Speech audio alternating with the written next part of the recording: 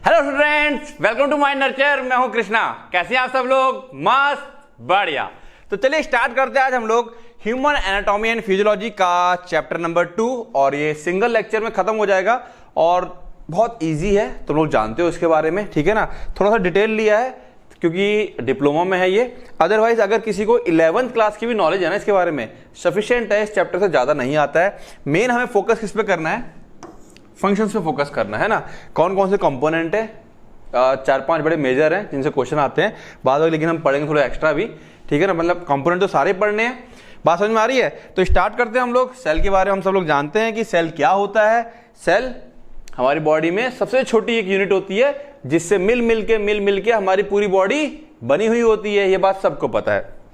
Cell का basic structure के बारे में भी आप लोग सब जानते हो, ठीक है। फिलहाल हम देखते हैं कि और क्या क्या हम लोग जान सकते हैं सेल के बारे में, ठीक है। तो क्या कह रहा है? What is cell? सेल क्या है? The cell is defined as the basic structural, functional and biological unit. Structural है ना, जैसे कि कोई एक मकान होता है। मकान किससे बना होता है? एक एक ईंट से जुड़ जुड़ के पूरी बिल्डिंग खड़ी हो जाती है। वो जो एक ईंट है, वो एक ईंट क्या होती है? स्ट्रक्चरल। किसी बिल्डिंग के लिए जो स्ट्रक्चरल यूनिट होगी वो क्या होगी? एक ईंट होगी। अच्छा, हमारी बॉडी में, इंसान के शरीर में अगर सबसे छोटे लेवल पे कहीं पे काम हो रहा है तो सेल में हो रहा है। बहुत सारे सेल मिलकर काम करेंगे तो एक बड़ा काम बन जाता है, ठीक है। तो बेसिक स्ट्रक्चरल हो गया जिससे मिलकर हमारा बॉडी बनी है। फंक्शनल हो गया, वो छोटे छोटे काम मिलकर एक बड़ा काम बन जाता है। एंड बायोलॉजिकल यूनिट, बायोलॉजिकल क्यों कहा गया? क्योंकि हमारे लिविंग चीज के अंदर है। तो biological unit of all non living organism. यहां सबकी बात हो गई। जितना भी लिविंग ऑर्गेनिज्म हम जानते हैं इस अर्थ पे, हर किसी के अंदर एक बेसिक क्या पाया जाता है? स्ट्रक्चरल, फंक्शनल और बायोलॉजिकल यूनिट पाई जाती है, जिसको कि हम सेल कहते हैं। The cells are the autonomous.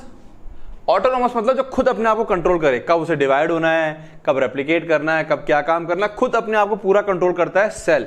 Cell किसी और का ऑर्डर नहीं मानता, वो अपना खुद से सारे काम कर लेता है। That is autonomous. खुद से ही अपना काम सारा करता है। सेल्फ रेप्लिकेटिंग, 1 से 2 हो जाएगा, सेल्फ रेप्लिकेट कर लिया, ठीक है। And the smallest unit of life. अगर इस दुनिया पे सबसे कोई छोटी चीज है जो जीवित है वो एक सेल होता है ना। उससे छोटी कोई चीज जीवित नहीं होती है। They are also called building blocks of life, है ना। लाइफ का बिल्डिंग ब्लॉक, जिससे जुड़ जुड़ के एक जिंदगी बनी हुई है, हम और आप बने हुए हैं। The term cell came from Latin word. एक लैटिन वर्ड से आया है सेला, जिसका मतलब होता है स्मॉल रूम। सेला का मतलब होता है छोटे छोटे कमरे। सबको पता होगा अगर कि रॉबर्ट हुक ने सबसे पहले हनीकॉम्ब लाइक स्ट्रक्चर देखा था। रॉबर्ट हुक ने, ठीक है ना, इस टाइप के स्ट्रक्चर दिखाई दिए थे उसे। तो उसे एक कमरे जैसे स्ट्रक्चर दिखाई देते, उसने कहा ये तो कमरे हैं। तो वहीं से एक सेला से स्मॉल रूम और वर्ड बना गया सेल, ठीक है ना। A branch of biology where we study cell is called cell biology. जहां पर हम सेल को स्टडी करते हैं उसको हम लोग क्या बोलते हैं? सेल बायोलॉजी, सेलुलर बायोलॉजी और साइटोलॉजी। इसको याद रखेंगे ध्यान से, साइटोलॉजी, ठीक है। In 1665 English scientist and architect Robert Hooke first discovered the cell. सबसे पहले खोज किसने की थी इसकी? रॉबर्ट हुक ने 1665 में। बेसिक बातें सब पुरानी बातें, कुछ नया नहीं। डेफिनेशन उसी से बना लेंगे हम लोग। A cell is defined as the smallest basic unit of life that is responsible for all of the life process. सबसे छोटी बेसिक यूनिट है जो कि जिम्मेदार है किसके लिए? जितनी भी लाइफ प्रोसेस हो रही है। लाइफ प्रोसेस मतलब हमारा सांस लेना, दिल का धड़कना, यूरिन का निकलना, है ना, डाइजेशन होना, ये जो लाइफ प्रोसेस हो रही हैं, इन सब के लिए कौन जिम्मेदार है? सेल जिम्मेदार है, ठीक है ना। तो डेफिनेशन हो जाएगी। इस सेल के बारे में जनरल बातें आ गई। इंट्रोडक्शन की बात करें तो क्या क्या आ सकता है? A cell is the smallest living thing in the human organism. एक, क्योंकि हम ह्यूमन एनाटॉमी पढ़ रहे हैं तो हमें प्लांट से, फंगई से, बैक्टीरिया से कोई लेना नहीं है। क्लियर है? हम ह्यूमन एनाटॉमी पढ़ रहे हैं तो हमें प्लांट से, ठीक है, बैक्टीरिया से, फंजाई से कुछ लेना देना नहीं है उनके सेल से। अगर वो पढ़ रहे हो तो मत पढ़ना, ठीक है ना। बहुत से बच्चे सेल सब सारे हर टाइप के सेल पढ़ने लग जाते हो। हर टाइप के सेल नहीं पढ़ने, हम ह्यूमन एनाटॉमी पढ़ रहे हैं तो हमें ह्यूमन के बारे में पढ़ना है, ठीक है। In the human organism and all living structures in the human body are made up of cell. जितना भी स्ट्रक्चर है ह्यूमन के अंदर सब किसका बना होता है? सेल का बना होता है। सेल को देखें जरा, बड़ा कलरफुल डायग्राम है, काफी अच्छा लगा मेरे को, तो मैंने इसको यहाँ पे डाल दिया। ये देखो, सबसे ऊपर की परत की बात करें, ये सबसे ऊपर की जो परत है, ठीक है, कलर चेंज कर लें। ये देखो, ये सबसे ऊपर की जो परत है ये क्या है हमारे पास, सेल मेम्ब्रेन या प्लाज्मा मेम्ब्रेन, जानते हो इसको तुम लोग, ठीक है। अंदर एक बड़ी सी चीज क्या है, ये पर्पल कलर में न्यूक्लियस, और न्यूक्लियस के ऊपर जो कवरिंग है ये न्यूक्लियर एनवलप है, ठीक है। न्यूक्लियस के अंदर दो चीजें पाई जाती है, क्रोमेटिन यानी कि हमारा डीएनए और न्यूक्लियोलस एक बीच में चीज पाई जाती है जो कि राइबोसोम्स को बनाता है, समझेंगे अभी उसको। न्यूक्लियस से जुड़ी हुई न्यूक्लियस की जो मेम्ब्रेन है, ये न्यूक्लियर की मेम्ब्रेन है एनवलप, इसी से जुड़ा हुआ, इसी से जुड़ा हुआ, ये देखो अब ये इसी जुड़ी हुई ये जो चीजें हैं, ये देख रहे हो, ये इसको हम लोग क्या बोलते हैं, इसको बोलते हैं हम लोग रफ एंडोप्लाज्मिक रेटिकुलम या सिंपली रेटिकुलम। रफ क्यों बोला गया, क्योंकि उनके ऊपर ब्लैक ब्लैक डॉट देख रहे हो, ये ब्लैक ब्लैक ब्लैक ब्लैक, ये क्या होता है, राइबोसोम होता है। राइबोसोम होने की वजह से खुरदरा खुरदरा दिखाई पड़ता है। कैसे दिखाई पड़ता है, खुरदरा खुरदरा। अब ये इस तरह से बनी हुई है, फिर आखिरी में जाके यही ना देखो इस तरह से इसमें कन्वर्ट हो गई है, यही जाकर के इसमें कन्वर्ट हो गई है, और इनके ऊपर कोई भी राइबोसोम नहीं है, इसीलिए इनको क्या कहा गया है, स्मूथ एंडोप्लाज्मिक रेटिकुलम, ठीक है ना। न्यूक्लियस और सेल मेम्ब्रेन के बीच में जो फ्लूइड भरा होता है उसको हम लोग क्या कहते हैं, साइटोसॉल कहते हैं, ठीक है।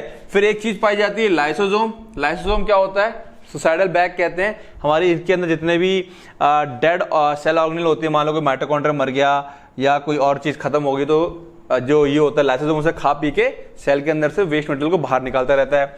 माइटोकॉन्ड्रिया हम सबको पता है एनर्जी प्रोवाइड करवाता है। सेंट्रियोल्स किसमें हेल्प करता है, सेल डिवीजन में, ठीक है। सेंट्रोजोम इसके आसपास का जो मटेरियल होता है उसे सेंट्रोजोम कहते हैं। माइक्रोविलाई, कुछ सेल के अंदर माइक्रोविलाई पाए जाते हैं, ठीक है, अटैचमेंट में हेल्प करता है। उसी में माइक्रोफिलामेंट होते हैं, माइक्रोट्यूब्यूल्स होते हैं, और ये इंटरमीडिएट फिलामेंट। ये इंटरमीडिएट फिलामेंट, माइक्रोट्यूब्यूल और माइक्रोफिलामेंट, ये चीजों ना तीनों मिलके क्या बनाती हैं, साइटोस्केलेटन। क्या बनाती हैं, साइटोस्केलेटन। साइटोस्केलेटन का मतलब क्या है, ये तीनों मिल करके, जैसे कि ये पूरा स्ट्रक्चर देख रहे हो, ये पूरा स्ट्रक्चर है, इसको मैं जरा एक काम करता हूँ, हाँ ये कलर ले लो। ये साइटोस्केलेटन है ना, ये अंदर देखो, ये दिख रहे होंगे, ये इस टाइप से, ये साइटोस्केलेटन ऐसे आर पार रहते, देखो बता देता हूँ मैं, ऐसे फिर ऐसे ऐसे, मतलब ऐसे करके, मतलब इस तरीके से स्ट्रक्चर बना के रखेंगे। इससे क्या बेनिफिट होता है, बेनिफिट ये है कि जो चीज जहां है, मान लो इस सेल को टेढ़ा मेढ़ा कर लो, तो ऐसा नहीं कि पूरे स्ट्रक्चर एकदम इधर हो जाएंगे, जो चीज जहां है वो वहीं की वहीं स्टेबल रहती है। तो ये सबको बांध के रखती है, कौन, ये तीनों मिलकर के, जो कि क्या कहलाते हैं, साइटोस्केलेटन। ये अंदर के जितनी भी सेल ऑर्गेनेल्स हैं उसको बांध के रखोगे, तो हिलाओ डुलाओ कुछ भी करो, जो जहां पर है वो वहां पे फिक्स रहेगा। इसको ऐसे समझ सकते हैं, ये कुछ ऐसे धागे हैं जो इनको वहीं के वहीं फंसा के रखे हुए हैं, मकड़ जाल की तरह। बात समझ में आ रही है। बस अब इसी को हम लोग क्या कर लेंगे, थोड़ा सा डिटेल में देख लेंगे। ये पेरोक्सिसोम है, माइक्रो बॉडीज के अंदर काउंट होता है, इसके अंदर काउंट होता है ये माइक्रो बॉडीज में, ठीक है। आगे आते हैं, क्या बोल रहा है, बात समझ में आ गई होगी। सेल बहुत इजी है, ठीक है, जिन लोगों को आता है वो लोग फास्ट फॉरवर्ड करके इस लेक्चर को देख सकते हैं। There are different types of cell in the human body. Obviously बात है, हमारी बॉडी में अलग अलग टाइप के सेल पाए जाते हैं, which very in shape and function, जिनका काम और फंक्शन भी अलग है, सबका शेप भी अलग अलग होता है। All cells have 3 main part, लेकिन सेल कोई भी हो उसके अंदर 3 मेन पार्ट पाए जाएंगे। सबके अंदर प्लाज्मा मेम्ब्रेन होगा, सबके अंदर साइटोप्लाज्म होगा, साइटोप्लाज्म पता ना क्या होता है, एंड न्यूक्लियस होगा।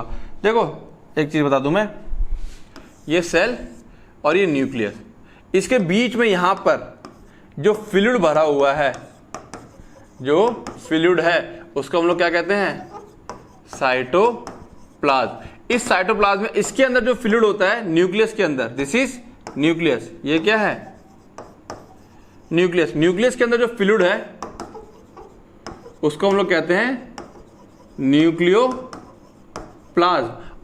और साइटोप्लाज्म और न्यूक्लियोप्लाज्म मिल करके क्या बनता है, protoplasm. That's equal to cytoplasm plus nucleoplasm. बात समझ में आई। तो प्रोटोप्लाज्म से कंफ्यूज नहीं कर जाना है, किसने काट लिया, ठीक है। फ्लूइड साइटोप्लाज्म, फ्लूइड साइटोप्लाज्म, जो ये फ्लूइड है न्यूक्लियस और सेल मेम्ब्रेन के बीच में, दिस इज सेल मेम्ब्रेन। उसको हम लोग क्या कहते हैं, साइटोप्लाज्म कहते हैं। ये न्यूक्लियस हो गया और बाहर क्या है, ये मेरे पास सेल मेम्ब्रेन है। बाहर क्या है, ये सेल मेम्ब्रेन। बात समझ में आ रही है? तो बस यही चीज बता रहा है कि सबके अंदर तीन चीजें मेन पाई जाएंगी, प्लाज्मा मेम्ब्रेन, इसको क्या कहा जाता है, सेल मेम्ब्रेन भी कहा जाएगा, साइटोप्लाज्म एंड न्यूक्लियस। ये तीन चीजें सबके अंदर पक्के से पाई जाएंगी। क्यों कहा गया सबके अंदर पक्के से पाई जाएंगी? ठीक है, थ्री मेन कंपोनेंट। लेकिन कुछ सेल्स ऐसे हैं, ठीक है, अभी आगे आएगा, जैसे कि हमारे पास क्या है, रेड ब्लड सेल आ जाएगा, उसके अंदर प्लाज्मा मेम्ब्रेन तो होगा, लेकिन साइटोप्लाज्म भी होगा, लेकिन न्यूक्लियस नहीं होता है। ठीक है ना, पढ़ेंगे उसको, देखेंगे न्यूक्लियस। ठीक है, वो एक्सेप्शन में आता है क्योंकि उसको बहुत सारे काम करने होते हैं, ऑक्सीजन को कैरी करना होता है, तो उसके अंदर हीमोग्लोबिन होता है। ठीक, समझेंगे उसे अभी आप। ठीक है, the plasma membrane often called cell membrane. Plasma membrane को क्या कहते हैं, सेल मेम्ब्रेन इज, और ये कैसी होती है, it is a thin flexible barrier that separates the inside of the cell. ये एक बैरियर है, एक अवरोधक है।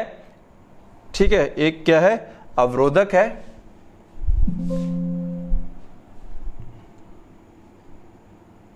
एक अवरोधक है जो क्या करता है कि सेल मेम्ब्रेन का काम क्या है, जो चीज आउटसाइड है और जो चीज इनसाइड है, दोनों क्या रखता है, अलग रखता है, क्योंकि दोनों का माहौल अलग है। सेल मेम्ब्रेन की एक्चुअल जरूरत क्या है, cell membrane is like a walls of house. यानी कि अगर मैं तुमसे बोलूं, तुम्हारी क्लास चल रही है और ऐसे खुले में चला दें क्लास, है ना, खुले में गाड़ियां चल रही हैं, सड़क किनारे चल रही है, तो क्लास हो नहीं पाएगी। क्यों? दोनों इन्वायरमेंट मिल गए हैं। क्लास का इन्वायरमेंट अलग होता है, दीवारें बंद, खिड़कियां बंद, पंखा चलना चाहिए और शांति होनी चाहिए, और बाहर का एनवायरनमेंट अलग होता है। तुम बाहर के एनवायरनमेंट पढ़ाई नहीं कर सकते हो, है ना, नहीं हो सकती। तो वही सेम चीज है, सेल को एक अलग एनवायरनमेंट चाहिए होता है अपने सारी रिएक्शंस करने के लिए। इसके अंदर क्या चल रही हैं, रिएक्शंस, ठीक है ना, इसको अलग रखता है। जो सेल मेम्ब्रेन होती है बाहर के एनवायरनमेंट को अलग रखेगा अंदर के एनवायरनमेंट से, क्योंकि ये एक खास एनवायरनमेंट है। अगर ये मिक्सअप हो गया तो सेल यहाँ पर अंदर की रिएक्शंस कैरी आउट नहीं हो पाएंगी। ठीक है ना, ठीक वैसे ही जैसे मैंने क्या बताया, अगर तुम्हारी क्लास खुले में कर दी जाए, जो तुम्हारी कॉलेज में क्लास हो रही है, स्कूल में क्लास हो रही है, वो खुले में, उनकी दीवारें हटा दो सारी। मान लो सपोज करो सब एक बैच इधर चल रहा है, एक इधर चल रहा है, दीवार है ही नहीं, इधर भी टीचर पढ़ा रहा है, इधर भी टीचर पढ़ा रहा है, सब मिक्सअप हो जाएगा, है ना। तो सेम चीज यहाँ पे होता है, यही काम होता है प्लाज्मा मेम्ब्रेन का, कि यहाँ के एनवायरनमेंट यानी कि यहाँ की चीज को अंदर से मैच मिलने नहीं देता है, प्रोटेक्ट करके रखता है। Okay, and regulate what can pass in and out of the cell, और इसको रेगुलेट करता है कि क्या क्या चीजें अंदर जाएंगी और क्या क्या चीजें बाहर आएंगी। उसको भी कौन कंट्रोल करता है, सेल मेम्ब्रेन। भाई जो चीज काम की है, पानी है, ऑक्सीजन, उसको अंदर ले लेगा, या कोई मेडिसिन वगैरह है, या कुछ भी चीज है जो उसके काम की है, उसको अंदर ले लेगा, और वेस्ट मटेरियल उसको बाहर निकालता रहेगा। तो ये सब चीजें कौन रेगुलेट करता है, cell membrane. Internally cell is divided into the cytoplasm and the nucleus. Internally अंदर के अंदर देखा जाए तो सेल क्या डिवाइड हो रखा है, साइटोप्लाज्म में और न्यूक्लियस में। ये हम लोगों ने अभी देखा, सेल अंदर, ये न्यूक्लियस, ठीक है ना, और ये क्या है, साइटोप्लाज्म। तो सेल के दो हिस्से हैं, सेल मेम्ब्रेन के अंदर न्यूक्लियस अलग, साइटोप्लाज्म अलग। क्लियर है बातें? ये आगे आते हैं। The cytoplasm, cyto mean cell, cyto का मतलब क्या होता है, सेल, ठीक है, और प्लाज्म मीन समथिंग मोल्डेड, जो मोल्ड हो रखी हो, ठीक है ना। तो कह रहा है साइटोप्लाज्म क्या है, it is where most functions of the cells are carried out. ये वो जगह है जहां पे सबसे ज्यादा काम होता है। काम का मतलब क्या होगा, सेल रिएक्शन कराएगा, उसको रिएक्शन करके अपने सारे प्रोसेस करवाता है वो। द साइटोसोल कंटेन, अच्छा साइटोसोल कुछ और नहीं है, साइटोसोल ही क्या है, साइटोप्लाज्म का नाम है साइटोसोल। साइटोसोल कंटेन ऑर्गेनिल, उसके अंदर क्या होती हैं, ऑर्गेनिल्स होती हैं, like mitochondria, Golgi body and many molecules and ions involved in the cell function. और इस साइटोसोल के अंदर, साइटोप्लाज्म के अंदर बहुत सारे मॉलिक्यूल्स और आयंस होते हैं जो कि सेल के फंक्शन में हेल्प करते हैं। ठीक है, तो बेसिक बातें चल रही हैं, साइटोप्लाज्म क्या होता है, प्लाज्मा मेम्ब्रेन क्या है, ठीक है। अभी फंक्शन पे हम नहीं आए, अभी बेसिक उसका आइडिया ले रहे हैं, आगे आते हैं। डिफरेंट ऑर्गेनिल्स, ऑर्गेनिल मैंने बताया भी क्या होता है ना, जैसे कि माइटोकॉन्ड्रिया, गोल्जाई बॉडी, वो सब सेल की ऑर्गेनिल्स कहलाती हैं। Also perform different cell function, सबको पता है माइटोकॉन्ड्रिया एनर्जी देता है, ठीक है, गोल्जाई बॉडी का पैकिंग का काम होता है, ठीक है, लाइसोसोम का खाने का काम होता है, मतलब डिस्ट्रॉय करता है जो चीजें वेस्ट होती हैं। तो सबके काम अलग अलग हैं। Different organelles also perform different cell functions and many are also separated from the cytosol by membrane. ये बात भी सत्य है। माइटोकॉन्ड्रिया, उसकी एक मेम्ब्रेन है जो साइटोसोल से अलग रखती है। गोल्जाई बॉडी, उसकी एक मेम्ब्रेन है जो उसको साइटोसोल से अलग रखती है, मतलब गोल्गी बॉडी की मेम्ब्रेन अलग है, माइटोकॉन्ड्रिया की मेम्ब्रेन अलग है, इसकी मेम्ब्रेन इसको मैच नहीं होने देता है, इसकी मेम्ब्रेन इसके अंदर का फ्लूइड और इसके अंदर के फ्लूइड को मिक्स होने नहीं देगा। यानी कि ये ऑर्गेनेल्स भी क्या है, मेम्ब्रेन से सुरक्षित हो रखे हैं, इनके ऊपर मेम्ब्रेन की एक कवरिंग है। ठीक है, तो देखो क्या कह रहा है आगे, the largest organelle is the nucleus. Question important है, सबसे बड़ा सेल ऑर्गेनेल कौन सा होता है, nucleus, which is separated from the cytoplasm, जो कि साइटोप्लाज्म से अलग होता है बाय अ न्यूक्लियर एनवलप, है ना। तो ये देखो जो ये न्यूक्लियर एनवलप था ये वाला, ये क्या करता है, बाहर साइटोप्लाज्म है यहाँ पर और इसके अंदर न्यूक्लियोप्लाज्म होता है, इसके अंदर क्या होता है, न्यूक्लियोप्लाज्म। इसको कौन रोकता है, ये न्यूक्लियर एनवलप। ये न्यूक्लियर एनवलप कुछ और नहीं है, ये प्लाज्मा मेम्ब्रेन बाहर है उसी का बना हुआ होता है ये, जो एक पूरे सेल की कवरिंग है और इसी चीज का बना हुआ इसका एनवलप है। ठीक है, इसी जिस चीज का प्लाज्मा मेम्ब्रेन बना हुआ है वही चीज का माइटोकॉन्ड्रिया की मेम्ब्रेन बनी हुई होगी। मेम्ब्रेन का स्ट्रक्चर ऑलमोस्ट सेम रहता है। ठीक है ना, बात समझ में आ गई। ठीक है, तो आते हैं वापस से, कह रहा है largest organelle is nucleus which is separated from the cytoplasm, जो साइटोप्लाज्म से अलग होती है बाय न्यूक्लियर एनवलप या nuclear membrane. It contain the DNA, nucleus के अंदर क्या होता है, डीएनए होते हैं, जो जीन्स होते हैं, that code for protein necessary for the cell to function. ठीक है ना, तो न्यूक्लियस के अंदर डीएनए पाया जाता है, उस डीएनए क्या करते हैं, उनके पास कुछ कोडिंग्स होती हैं प्रोटीन बनाने के लिए, जो कि सेल को फंक्शन करवाने में हेल्प करती हैं। बेसिक चीजें हैं, अभी जनरल बातें चल रही हैं। जनरली स्पीकिंग, आमतौर पे कहा जाए, the inside environment of cell, cell के अंदर का जो माहौल है, एनवायरमेंट है, is called the intracellular fluid, ICF। ठीक है, ध्यान रखना, इंट्रा, दिस इज इंट्रा। ठीक है, इंट्रा मतलब विद इन, किसी के अंदर। Refer to all fluid contained in cytosol, जितना भी फ्लूइड है साइटोसोल के अंदर सब आ जाएगा। ठीक है, इन साइटोसोल ऑर्गेनेल्स एंड न्यूक्लियस, इसके अंदर कौन कौन आ गया, साइटोप्लाज्म, प्रोटोप्लाज्म, सब आ गया इसके अंदर। while the environment outside of a cell is called the extracellular fluid, जो सेल के बाहर है वो फ्लूइड क्या कहलाएगा, एक्स्ट्रा सेलुलर फ्लूइड। एक्स्ट्रा मतलब आउटसाइड ऑफ, ध्यान रखो यहां पर क्या है, एक्स्ट्रा है। Refer to all fluid outside the cell. अब प्लाज्मा, ये एक बात बताऊं तुम लोगों को मैं, जैसे मान लो दो सेल है हमारे पास, एक सेल ये है, एक सेल ये है, तो इसके अंदर जो फ्लूइड है, ठीक है, इसको हम लोग क्या कहेंगे, इंट्रा सेल्यूलर। दो सेल के बीच में जो है ये, नो डाउट इसको हम लोग दोनों नाम से बुला सकते हैं। एक बुला सकते हैं हम लोग इसको एक्स्ट्रा सेल्यूलर, और हम इसको इंटर सेल्यूलर भी बोल सकते हैं।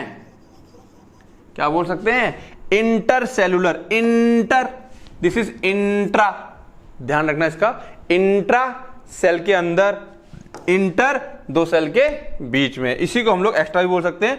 और यहां पे पाया क्या जाता है, प्लाज्मा पाया जाता है। प्लाज्मा क्या होता है, जब हम अभी ब्लड वाला पार्ट पढ़ेंगे तो वहां प्लाज्मा के बारे में डिटेल में आएगा। ठीक है ना, प्लाज्मा भी एक तरह का फ्लूइड होता है, the fluid part of blood, actually ये ब्लड का फ्लूइड पार्ट होता है। ठीक है, is the only extra cellular fluid compartment that links all cell in the body. ठीक है ना, यानी कि ये मान लो ये सेल है, ये सेल है, ये सेल है, ये सेल है। ठीक है, अब चारों तरफ यहां पर क्या भरा हुआ है, यहां पर चारों तरफ क्या है,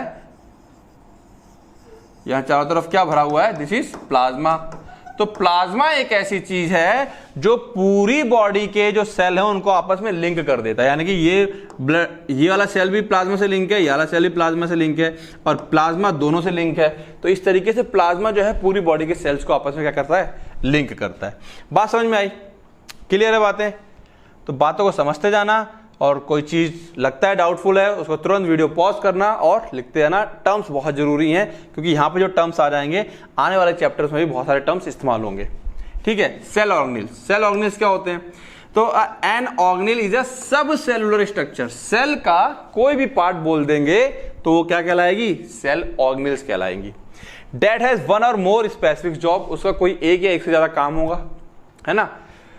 to perform in the cell much like an organ does in the body, ठीक उसी तरह जिस तरह से हमारी बॉडी में ऑर्गन काम करते हैं।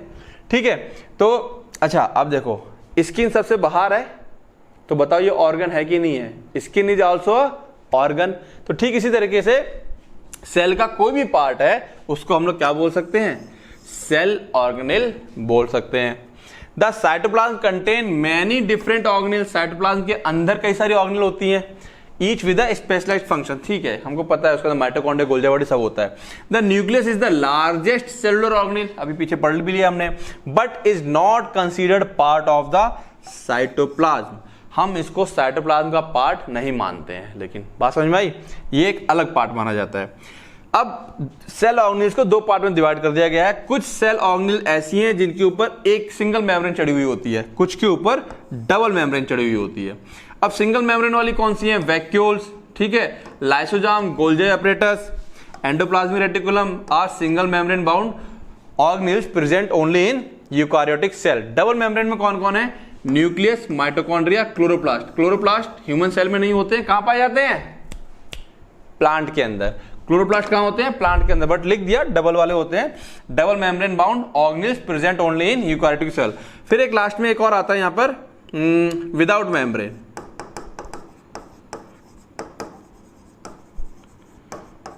विदाउट मेम्ब्रेन इसके अंदर कौन आ जाएगा? राइबोसोम्स। ठीक है ना। अब देखो सिंपल सा तरीका याद रखने का, राइबोसोम, ठीक है ना, राइबोसोम के पास कपड़े नहीं है, इसके ऊपर कोई मेम्ब्रेन नहीं है। जो डबल मेम्ब्रेन है इनके ऊपर डबल कपड़े हैं, इन्होंने डबल पहन रखा है। क्यों? अब सुनो बात को। न्यूक्लियस के अंदर डीएनए पाया जाता है, माइटोकॉन्ड्रिया के अंदर भी डीएनए पाया जाता है, क्लोरोप्लास्ट के अंदर भी डीएनए पाया जाता है। अब डीएनए की सुरक्षा करना जरूरी है भाई, सारी इंफॉर्मेशन है उसके अंदर, तो उसको प्रोटेक्ट करने के लिए इन्होंने क्या पहन रखा है? दो बार कपड़े पहन लिए, यानी कि दो लेयर चढ़ी हुई है। ठीक है, डबल लेयर होता है। सिंगल मेम्ब्रेन ये सिंपल होते हैं अपने, जस्ट इनके अंदर के एनवायरनमेंट को अलग रखना होता है बाहर के एनवायरनमेंट से, ताकि ये अपना काम कर सके, इसीलिए सिंगल मेम्ब्रेन है। बात समझ में आ गई? जिनके अंदर डीएनए पाया जाएगा वो सबके सब कैसी होंगी? डबल मेम्ब्रेन होती हैं। क्लियर है? चलें आगे। अब प्लाज्मा मेम्ब्रेन सब लोगों ने सुन रखा है, ये है ना। किसने इसको, ये जो मॉडल है, इस मॉडल को हम लोग क्या कहते हैं? इस मॉडल को हम लोग क्या कहते हैं?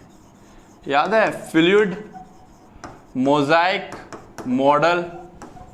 किसने दिया था ये? सिंगर एंड निकोलसन ने। सिंगर एंड निकोलसन ने, है ना, पढ़ा होगा ये। Singer Nicolson fluid mosaic model था, मतलब कि उन्होंने ये स्ट्रक्चर ढूंढा था, ठीक है ना। और उसके बाद इसको क्या किया इन्होंने? रिप्रेजेंट किया, बताया कि किस तरीके से एक सेल मेम्ब्रेन होती है। बात को समझना, देखो सेल मेम्ब्रेन डबल लेयर की होती है, डबल लेयर की। ये डबल मेम्ब्रेन है, ये सिंगल मेम्ब्रेन डबल लेयर की है, ध्यान रखना। This is the single membrane. ये जो है ये दोनों मिलाकर के देखो, ये लेयर 1 और ये लेयर 2, और ये दोनों मिलाकर के सिंगल मेम्ब्रेन कहलाता है। ये सिंगल मेम्ब्रेन, तो कंफ्यूज नहीं करना। डबल मेम्ब्रेन का मतलब है एक मेम्ब्रेन ये और एक और मेम्ब्रेन होगी, दो मेम्ब्रेन्स होंगी, ठीक है ना। तो ये एक मेम्ब्रेन की दो लेयर्स हैं, तो ये डबल लेयर होती है, ठीक है। और ये किसकी बनी होती है? फॉस्फोलिपिड की बनी होती है, हम सबको पता है। अब इसी को ऐसे करके गोल कर दो, ऐसे गोल कर दो, तो क्या बन जाएगा? सेल बन जाएगा, ये सेल के अंदर।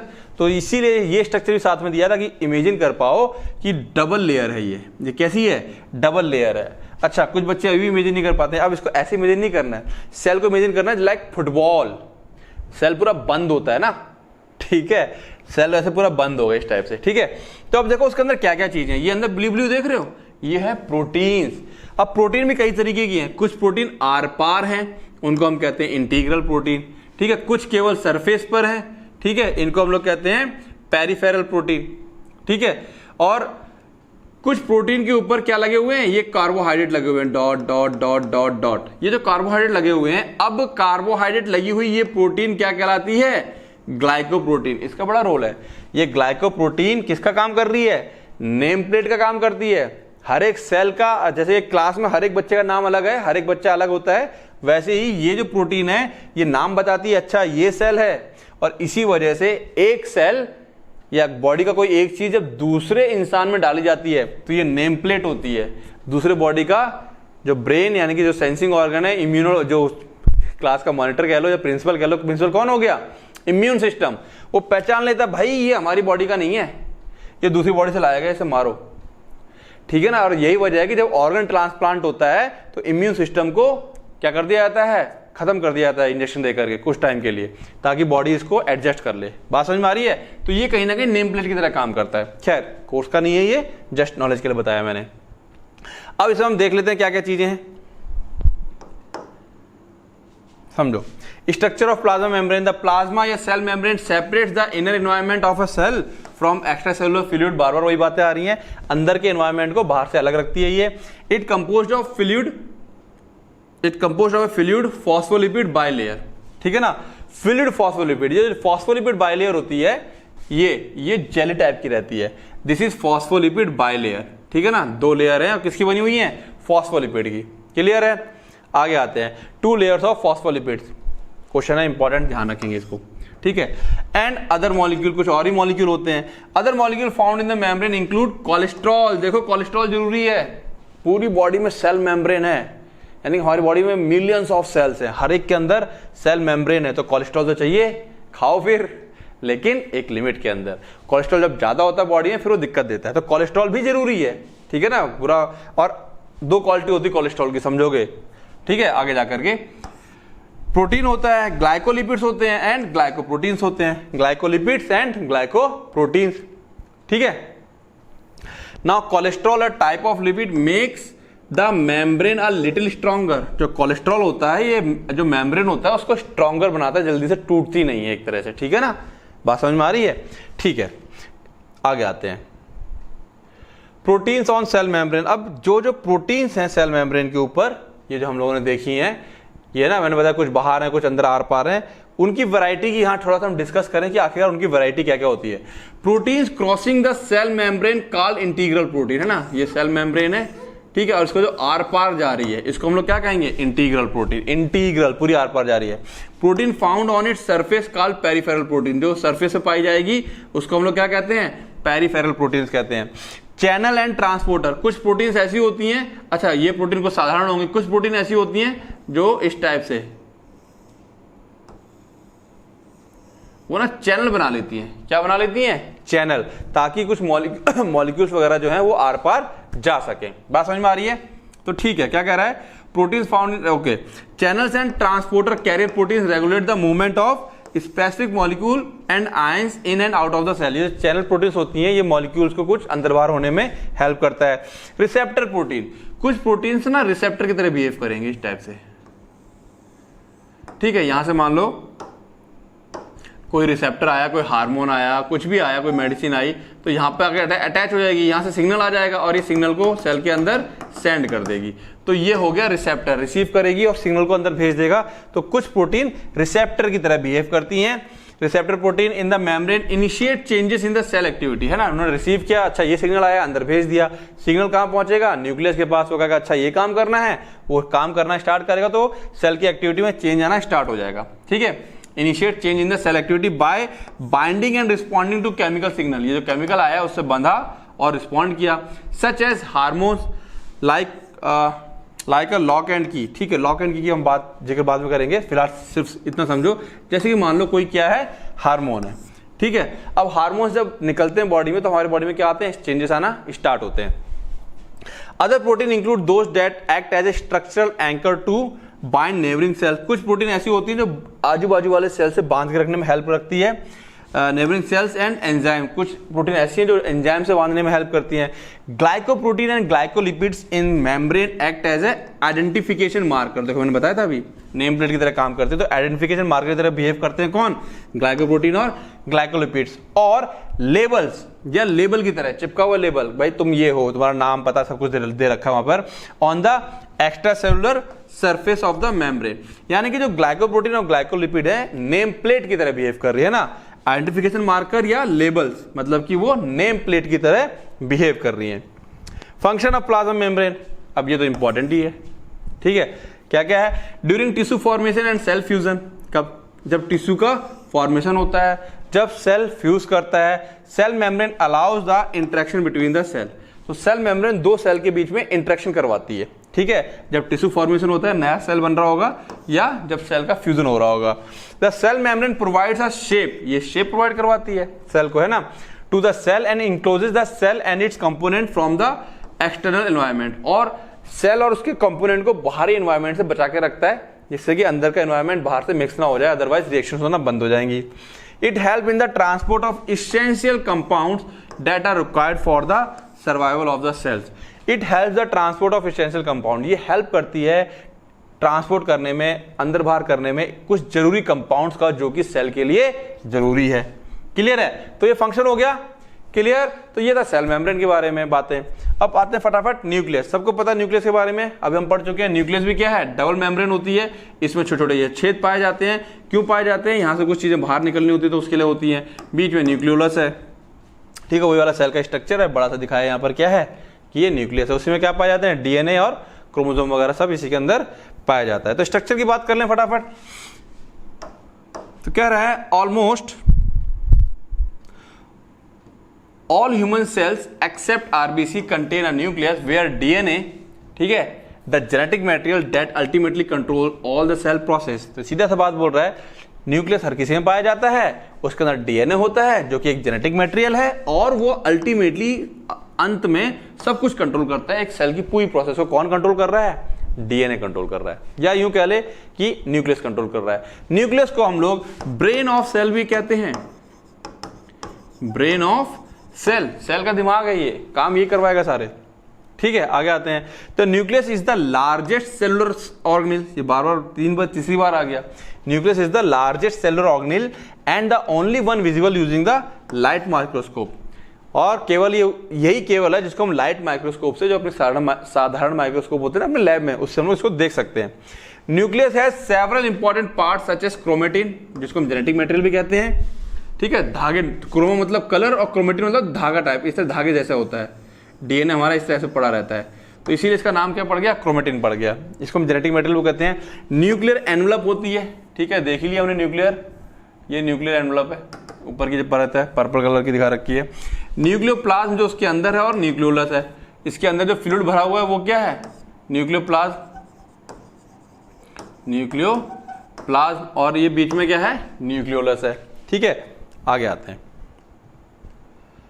Nucleus is surrounded by nuclear envelope, उसके आसपास क्या है? न्यूक्लियर एनवलप है, उसकी एक कवरिंग है। That separate the content of the nucleus from the content of the cytoplasm. अब ये बड़ा नॉर्मल सी बात हो गई है, कहीं का भी एनवलप होगा किसी भी सेल ऑर्गेनिल का, वो इंटरनल एनवायरनमेंट को एक्सटर्नल एनवायरनमेंट से अलग करके रखेगा, सेपरेट करके रखता है, ताकि अंदर के एनवायरनमेंट में जो काम चल रहा है बाहर का एनवायरनमेंट उसे डिस्टर्ब ना करे। Chromatin is the dense compact fibre, fibre मतलब ना धागा नुमा रहता है, डीएनए हम सबको पता है, which is found by combination of both DNA and protein. तो क्रोमेटिन किसका बना हुआ है? डीएनए का और प्रोटीन का बना हुआ है। अगर तुम लोगों को थोड़ा सा स्ट्रक्चर याद हो तो डीएनए इस टाइप से रहता है, फिर यहाँ पर एक प्रोटीन है ना, ऑक्टामर्स होते हैं यहाँ पर प्रोटीन के, हिस्टोन ऑक्टामर्स, ठीक है। ये जो ऑक्टामर्स होते हैं प्रोटीन के बने होते हैं, फिर इस तरह धागा नुमा रहता है। थोड़ा बहुत भी अगर याद हो, हम डिटेल में नहीं जाएंगे यहाँ पर वरना बहुत लंबा हो जाएगा ये। तो डीएनए में इस तरह से बीच में गांठ जैसी दिखाई पड़ती है, इसे बीड्स भी कहते हैं हम लोग, मोती भी कहते हैं हम लोग। तो ये जो होते हैं ना, ये प्रोटीन के बने हुए होते हैं। तो एक्चुअल में क्या है? क्रोमेटिन किसका बना हुआ है? DNA deoxyribo nucleic acid, DNA का फुल फॉर्म तो पता है, deoxyribo nucleic acid and protein, इन दो चीजों का मिलकर कौन बना हुआ है? क्रोमेटिन, यानी कि हमारा genetic material. The nucleoplasm is referred as a portion which is located within the envelope. Nucleoplasm वो सारा फ्लूइड जो न्यूक्लियस के अंदर है, ठीक है। न्यूक्लियर पोर्स, अब देखो इसमें क्या हो रहा है, इसके अंदर क्या बनता है? आरएनए बनते हैं। क्या बनते हैं? यहाँ पे अंदर क्या बनते हैं? आरएनए। उन आरएनए को बाहर भी तो आना है सेल के लिए, सेल के अंदर, तो आरएनए इस पोर से निकलते हुए बाहर आते हैं, या कुछ और मॉलिक्यूल जो अंदर जाना चाहते हैं। तो ये पोर्स है जिनसे मेनली क्या होता है? प्रोटीन और आरएनए वगैरह बाहर आते हैं। क्लियर है? ठीक है। तो nucleopore in the envelope are small holes that control which ions and molecule, जो कंट्रोल करते हैं कौन सा आयन और molecule, for example proteins and RNA, कौन सा आयन और molecule can move in and out the nucleus, कौन सा आयन और मॉलिक्यूल न्यूक्लियस के अंदर और बाहर आएगा या जाएगा। A reason inside the nucleus, एक ऐसा हिस्सा न्यूक्लियस के अंदर एक हिस्सा होता है जिसको हम लोग क्या बोलते हैं? न्यूक्लियोलस बोलते हैं। हिस्सा मतलब एक पार्ट होता है जिसको हम क्या बोल रहे हैं? Nucleolus. It is related to assembling of ribosome, इसका काम है राइबोसोम को असेंबल करना, मतलब बनाना, एंड सिंथेसिस ऑफ आरएनए। जो राइबोसोमल आरएनए है, जो राइबोसोम होता है, ये किसका बना हुआ होता है? राइबोसोमल आरएनए का बना हुआ होता है। ठीक है, तो न्यूक्लियोलस का मेन काम क्या है? राइबोसोम को असेंबल करना, मतलब बनाना। क्लियर है? अब न्यूक्लियस का फंक्शन बड़ा सिंपल है, store genetic material and protein, DNA RNA control the protein synthesis, cell division, growth and differentiation. Cell से रिलेटेड 3-4 काम होते हैं। क्या क्या काम है सेल के? प्रोटीन का synthesis, cell division, growth and differentiation, ये सारे काम न्यूक्लियस के कंट्रोल में होते हैं। It produces messenger RNA, mRNA for protein synthesis, और ये साथ साथ में एमआरएनए भी बनाता है जो कि प्रोटीन सिंथेसिस के लिए जरूरी है। बात समझ में आई? Now cytoplasm. अब साइटोप्लाज्म हम सबको पता है क्या होता है, सेल के अंदर जो भी पाया जाता है न्यूक्लियस को छोड़ के, यहाँ पर ये सब क्या है? साइटोप्लाज्म है। ठीक है, ये कैसा होता है? एकदम पानी जैसा नहीं होगा, जेली टाइप का रहता है ये। ठीक है ना? द सेमी फ्लूइड थे ना, इसलिए कहा गया सेमी फ्लूइड कहा गया। पूरा फ्लूइड मतलब लिक्विड नहीं होता है। Substance which is located between the nucleus and the cellular membrane, nucleus और सेलुलर मेम्ब्रेन के बीच में जो पाया जाता है उसको हम लोग क्या बोलते हैं? साइटोप्लाज्म कहते हैं। क्या कहते हैं उसको हम लोग? Cytoplasm. Different types of organelles are suspended within the cytoplasm, अलग अलग टाइप की ऑर्गेनेल्स इसके बीच में पाई जाती हैं, Golgi body, mitochondria etcetera, such as ribosomes, mitochondria, Golgi body, centriole, lysosomes and peroxisome etcetera. ये सारी जो सेल ऑर्गेनेल्स है वो इसी साइटोप्लाज्म में पाई जाती हैं। स्ट्रक्चर ऑफ साइटोप्लाज्म की बात करें तो अभी तो फ्लूइड टाइप का होता है, स्ट्रक्चर क्या होगा इसका आओ समझते हैं।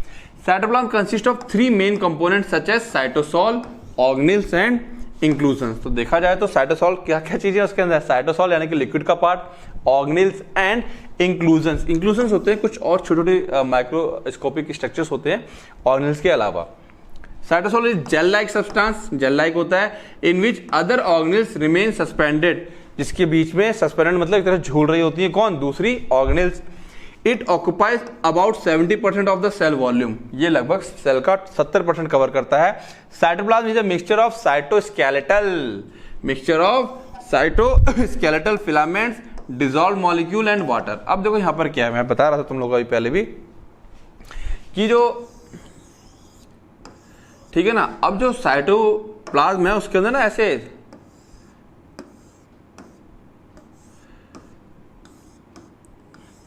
ये जालनुमा बना रहता है। क्या बना रहता है?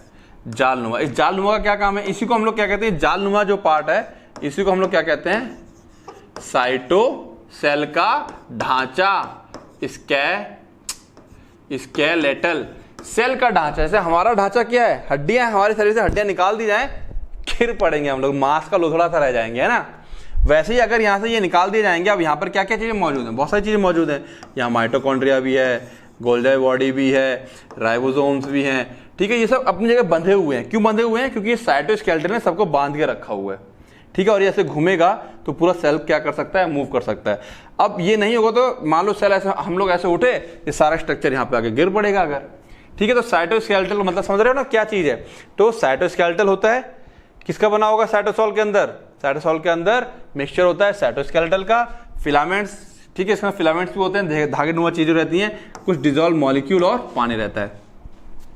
Organelles are referred to as membrane bound structures. Organelles को हम लोग क्या कहते हैं? Membrane bound structure. ऐसे स्ट्रक्चर जिनके ऊपर कवरिंग है, बताया था मैंने, single membrane, double membrane starting में। ठीक है ना? विच परफॉर्म स्पेसिफिक फंक्शन, और हर एक ऑर्गेनेल अपना कुछ ना कुछ खास स्पेसिफिक काम करती है। And remain suspended within the cytoplasm, और साइटोप्लाज्म के अंदर झूलती रहती है, सस्पेंड रहती है। Original include mitochondria, the endoplasmic reticulum, Golgi apparatus, vacuole, lysosome etcetera, तमाम है। ठीक है, जो कि उसके अंदर मौजूद रहती है। Cytoplasmic inclusions are insoluble small particle which are suspended in the cytosol. ये इनसॉल्युबल स्मॉल पार्टिकल्स होते हैं, फैट के ड्रॉपलेट्स हो सकते हैं, ठीक है, प्रोटीन के ड्रॉपलेट्स हो सकते हैं जिनके ऊपर फैट की कवरिंग चढ़ी हुई है। तो ठीक है, तो इनसॉल्युबल होते हैं और ये जगह जगह पर एक तरह से स्टोरेज पार्टिकल कह सकते हैं हम लोग, जगह जगह पर उसमें दिखाई दे जाते हैं। तो इनको हम लोग क्या कहते हैं? इंक्लूजन्स बोल देते हैं। ठीक है, इनसॉल्युबल स्मॉल पार्टिकल, ध्यान रखना, जो घुले ना, पानी में नहीं घुलते हैं, इसीलिए वो जगह जगह हमको दिखाई देते हैं और फैट के होते हैं वो। ठीक है, फैटी। फंक्शन ऑफ साइटोप्लाज्म अब सबको पता है, तो बड़ा कॉमन है। सारी reaction, cellular and enzymatic reaction occur with in the cytoplasm. एक मेन फंक्शन तो याद रखोगे। Cytoplasm protect the other organelles and genetic material from damage which can occur due to the collision or change in the pH। अब अगर ये नहीं होगा, जैसे मैंने बताया था, ऐसे हिला दो तो सब आपस में टकरा सकते हैं, टकराने से क्या होगा, ये डैमेज कर सकते हैं दूसरे को। इसके अंदर साइटोसोल क्या रखता है, पीएच को मेंटेन रखता है, जिसमें कि ये प्रॉपर काम कर पाते हैं। बात समझ में आ रही है? ठीक है। Cytoplasm helps in distribution of nutrients, nutrients को डिस्ट्रीब्यूट करने में हेल्प करता है, and conducting the movement of cell organelles. Cell organelles जो है, किसी को मूव करके इधर जाना है, किसी को इधर जाना है, तो ये साइट क्या करता है, इसमें हेल्प करता है।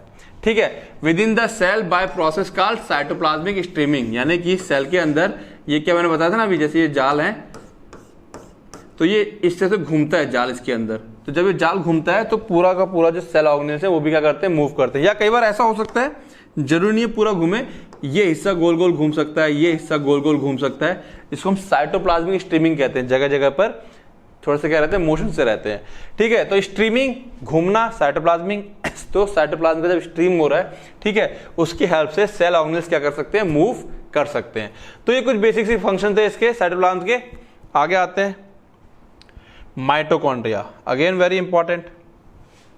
तो माइटोकॉन्ड्रिया की बात करें तो हम सबको पता है पावर हाउस ऑफ सेल, ये हमको क्या देता है, एनर्जी देता है। Mitochondria refer to as power house of cell because it generates energy for the cell. Cell को जो भी काम करना है उसमें एनर्जी तो खर्च होती ही है, उसके लिए कहां से जनरेट होती है, कौन करता है जनरेट, माइटोकॉन्ड्रिया।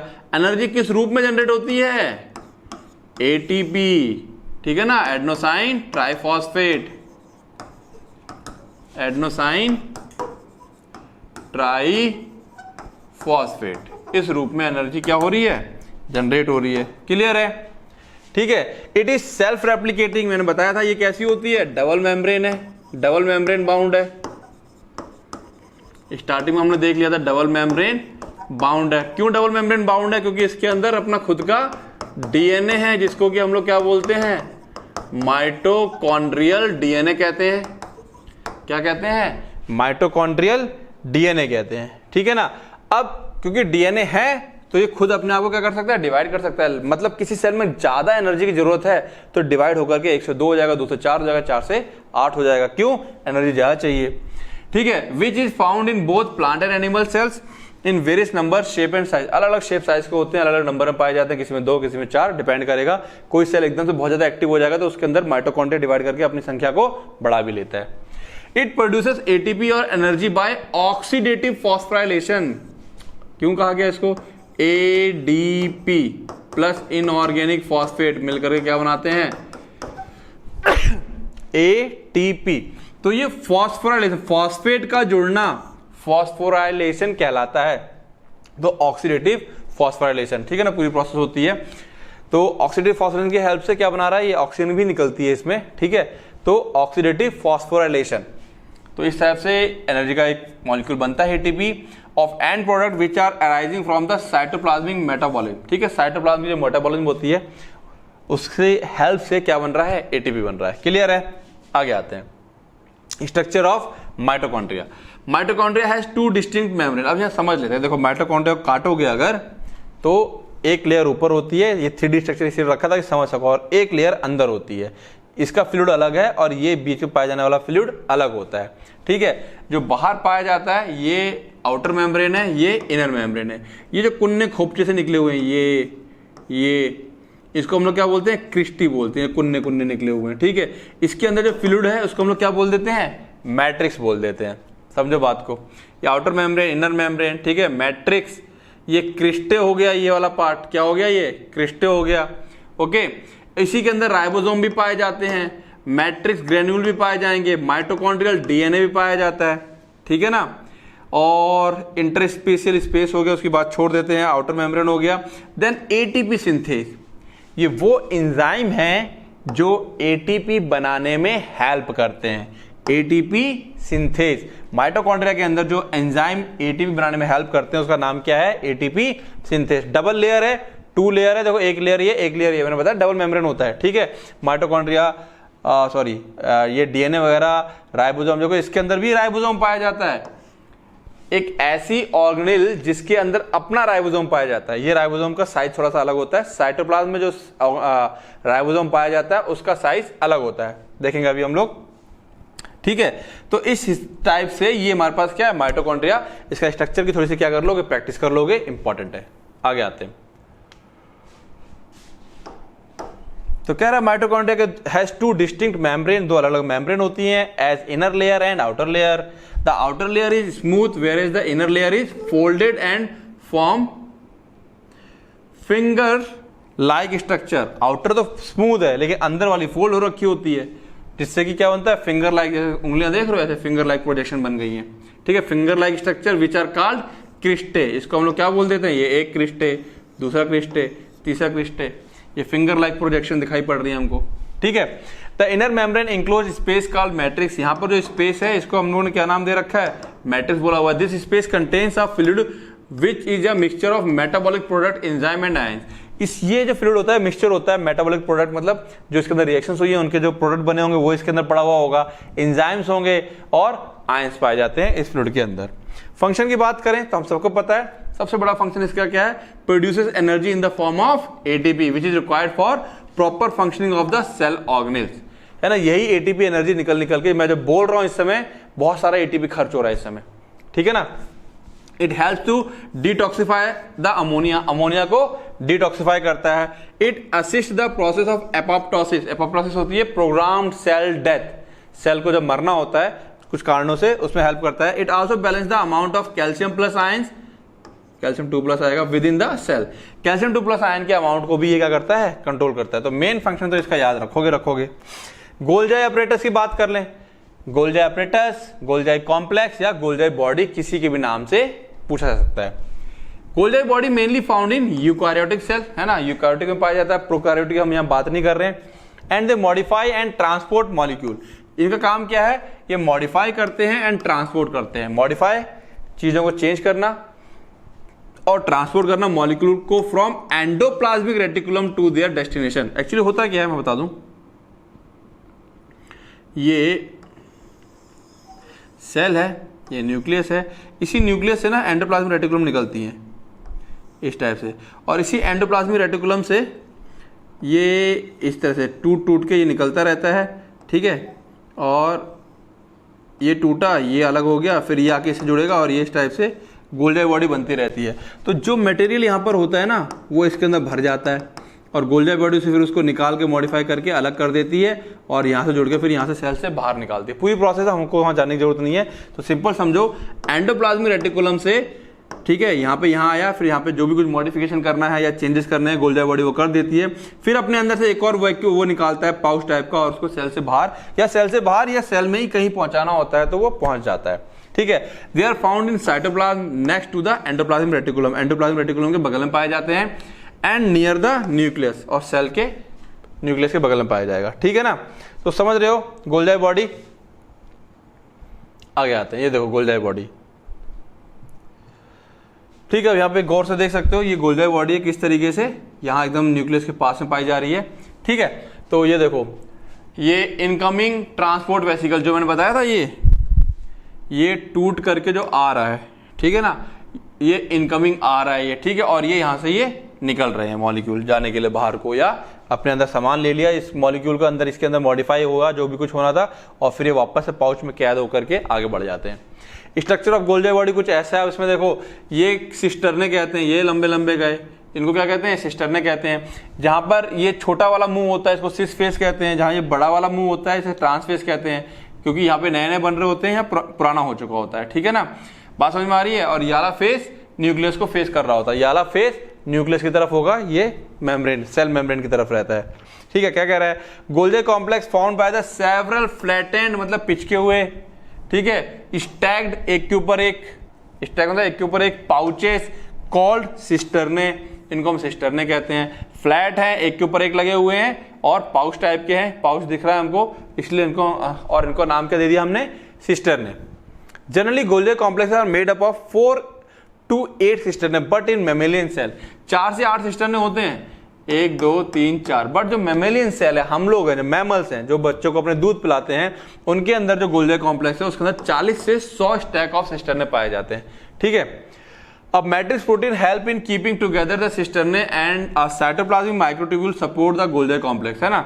एक मैट्रिक्स ऑफ प्रोटीन होता है, एक तरह समझ लो कि एक सीमेंटिंग मेटेरियल रहता है, इनको जोड़ के रखने में हेल्प करता है। ठीक है, फिर क्या कह रहा है ये, टुगेदर सिस्टर ने एंड साइटोप्लाज्मिक माइक्रोट्यूब्यूल्स, जो साइटोप्लाज्म के अंदर माइक्रोट्यूब्यूल्स पाए जाते हैं, ये भी बताया था हमने, है ना, इस टाइप से, तो इसको बांध के रखने में ऐसे करके क्या करेंगे, हेल्प रखेंगे, बांध को रखने में हेल्प करेंगे। सपोर्ट द गोल्गी कॉम्प्लेक्स, वो जो माइक्रोट्यूब्यूल्स हैं वो इसको सपोर्ट करेंगे ताकि ये एक जगह पे बंधा रहे। The Golgi complex has 3 main parts such as cis which is cisternae nearest to the endoplasmic reticulum, medial और central layer of cisternae and the trans cisternae farthest from the endoplasmic reticulum. तो देखो सिस ये यहाँ पे रेटिकुलम के पास में है, then trans सबसे दूर है, और ये बीच का जो पार्ट है वो क्या है, मीडियल हो गया। ठीक है, the cis and trans portion of Golgi complex is responsible for sorting protein and lipid. जो सिस और ट्रांस पोर्शन होता है वो रिस्पॉन्सिबल होता है सॉर्टिंग प्रोटीन, प्रोटीन को सॉर्ट करना, मतलब मॉडिफाई करना, रिपेयर करना, जो भी कुछ करेगा, और लिपिड को यानी मॉडिफाई करेगा, प्लस उनको पैकिंग करके मॉडिफिकेशन एंड पैकेजिंग। सॉर्टिंग का यहाँ पे 2 मतलब रहेंगे, मॉडिफिकेशन, कोई मॉडिफिकेशन करना है, एंड पैकेजिंग, और दूसरा क्या मतलब रह जाएगा यहाँ पर, पैकेजिंग, है ना, 2 काम करते हैं ये। फंक्शन देख लो यहाँ पे साफ साफ आ जाएगा। It also called traffic police. Traffic police क्या करता है, कंट्रोल, इधर से आओ, इधर जाओ, तुम रुको, तुम मत आओ, रोक रहा है ना, मतलब चीजों को कंट्रोल कर रहा है। बिकॉज इट डायरेक्ट मतलब दिशा निर्देश देना, डायरेक्शन देता है प्रोटीन्स एंड लिपिड्स को टू देयर डेस्टिनेशन, की जो आई है उसको कहाँ भेजना है, कहाँ जाना है, तुम यहाँ पे आओ, तुम यहाँ जाओ, तुम यहाँ से आओ, तुम यहाँ जाओ, तो इसको ट्रैफिक पुलिस भी बोल दिया जाता है। तो power house of cell mitochondria, brain of cell nucleus, traffic police of cell Golgi body. ठीक है, it helps in sulphation of molecule, molecule के सल्फेशन में हेल्प करता है। It help in synthesis of cell membrane. अब ये जो pouch होते हैं ना टूट टूट के, यही अगर क्या होते हैं, कई बार सेल मेम्ब्रेन कहीं ब्रेक हो रही होती है तो ये जाकर के सेल मेम्ब्रेन में जाकर जुड़ जाते हैं, क्योंकि ये मेम्ब्रेन का ही पूरा बना हुआ है। ठीक है, तो synthesis of cell membrane, lysosomes and other organelles, यहां से ही टूट टूट कर क्या निकलते हैं, लाइसोसोम्स भी इसी तरीके से निकलते हैं टूट टूट कर, इसी में से। क्लियर है? ठीक है, तो लाइसोसोम के फॉर्मेशन में, सेल मेम्ब्रेन के सिंथेसिस में, और कुछ और अदर ऑर्गेनेल्स हैं उनके सिंथेसिस में ये हेल्प करता है। Help in exocytosis of zymogen, mucus, lactoprotein and parts of the thyroid hormone. Exocytosis, अब ये जो पाउच बाहर निकल के आता है, ये मैं बताऊं तुम लोगों को, इस टाइप से रहता है कुछ। ये मान लो ये आया और ये मेरे पास क्या है, सेल मेम्ब्रेन है, क्या है ये, सेल मेम्ब्रेन। तो ये यहाँ पर आएगा और इस टाइप से यहाँ से जुड़ जाएगा, और जुड़ने के बाद यहाँ से क्या हो जाएगा, टूट जाएगा, और जितना भी मटेरियल है ये सारा क्या कर देगा, बाहर निकाल देगा। तो एक्सोसाइटोसिस हो जाती है। ठीक है, जो भी इसके अंदर भरा हुआ वो सब क्या कर देगा, बाहर कर देगा। और फिर ये तो है ही मेम्ब्रेन का बना हुआ, ये खुद ही इस मेम्ब्रेन से जुड़ जाएगा और मेम्ब्रेन इंटैक्ट बनी रहती है। ठीक है, मेम्ब्रेन वैसे ही वैसी बनी रहती है, खुद मेम्ब्रेन का बना हुआ, खुद यहाँ से फूट जाएगा, बाद बाकी मेम्ब्रेन में आके जुड़ जाता है इस तरीके से। क्लियर है बातें? आगे आते हैं। सेंट्रियोल्स, सेंट्रियोल क्या है, centriole are located near the nucleus but they appear only during cell division. Centriole जो होता है न्यूक्लियस के पास होते हैं, लेकिन ये तभी दिखाई पड़ते हैं जब सेल डिवीजन होने वाला होता है, यानी कि सेल डिवाइड होने वाला होता है। They work in the process of mitosis and meiosis. Mitosis meiosis क्या है, सेल डिवीजन की प्रोसेस है, तभी ये दिखाई पड़ेंगे, अदरवाइज दिखाई नहीं पड़ते हैं। Centrioles are cylindrical in shape होते हैं, and made up of protein called tubulin. Protein tubulin के बने हुए होते हैं। They mainly appear in most eukaryotic cell, ये ज्यादातर यूकैरियोटिक सेल में ही पाए जाते हैं, इवन प्लांट सेल में भी नहीं होते। तो देखो ये क्या है, ये देखो ये 2 चीजें, ये सेंट्रियोल है और ये एक दूसरे को ऐसे 90 डिग्री पर रहते हैं। ठीक है, ये सेंट्रियोल है, इसके अंदर देखो 3-3 की तिकड़ी है, ये 3, फिर ये 3, फिर ये 3, ये माइक्रोट्यूब्यूल्स। ठीक है, पतली पतली पाइपिंग रहती है माइक्रोट्यूब्यूल्स की, उसके बने हुए रहते हैं, ट्रिपलेट कहते हैं इसको हम लोग। अगर हम इस तरह से स्ट्रक्चर देखें, ट्रिपलेट, ये 3, फिर ये 3, ठीक है ना। फिर यहाँ पर ये क्या है, कनेक्टिंग फाइबर, ये पहले वाले का आखिरी वाले का, पहले वाले का आखिरी वाले से, पहले वाले का आखिरी वाले से इस तरह जुड़ा हुआ रहता है, और ये बीच में एक रेडियल टाइप का स्ट्रक्चर बन जाता है। इस तरफ से अगर हम इसको देखेंगे तो ये हमारे पास क्या है, सेंट्रियोल है। किसमें काम करेगा, सेल डिवीजन में का हेल्प करता है। किसमें हेल्प करता है, सेल डिवीजन में। Centriole consist of 9 sets of microtubule, है ना, 1 2 3 4 5 6 7 8 9, 9 सेट हो गए, 3-3 का एक सेट है। ठीक है, 9 set of microtubule each in group of 3, 3 का ग्रुप होता है, नोन एज ट्रिपलेट माइक्रोट्यूब्यूल्स। इसको हम लोग क्या बोल देते हैं, ट्रिपलेट माइक्रोट्यूब्यूल्स। 3-3 के सेट में बने हुए हैं ये। The triplet microtubule consist of 3 concentric ring, 3 ring होती है, 1 2 3, of microtubules which makes it very strong, जो उसको काफी ज्यादा स्ट्रॉन्ग बना देता है। A special protein is bound with each triplet which provide the shape of the centriole. एक खास प्रोटीन जो होती है, ठीक है, इसको बांध करके रखती है जिससे कि इसका फिर शेप आता है और हमको एक सेंट्रियोल का शेप दिखाई पड़ता है। फंक्शन की बात करें तो सेल डिवीजन में हेल्प करता है, फॉर्मेशन ऑफ स्पिंडल फाइबर। क्या बनाता है ये? Spindle fibre. अगर तुम लोगों को थोड़ा सा याद हो सेल डिवीजन का पार्ट, तो यहां से इस टाइप से ये याद है, इस तरह निकला रहता है और यहाँ पर भी बीच में क्रोमोसोम्स होते हैं, तो ये स्पिंडल फाइबर्स को निकालने में हेल्प करता है, जो कि सेल डिवीजन में हेल्प करेंगे। They help in the formation of cilia and flagella.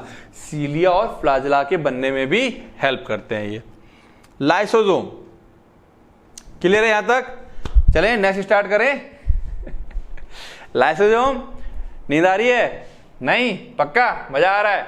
Good. जिन लोगों को सुस्ती आ रही है फटाफट पॉज करें वीडियो को और कहां जाएं, फटाफट मुंह पे पानी डाल के आए। ओके, आ जाओ।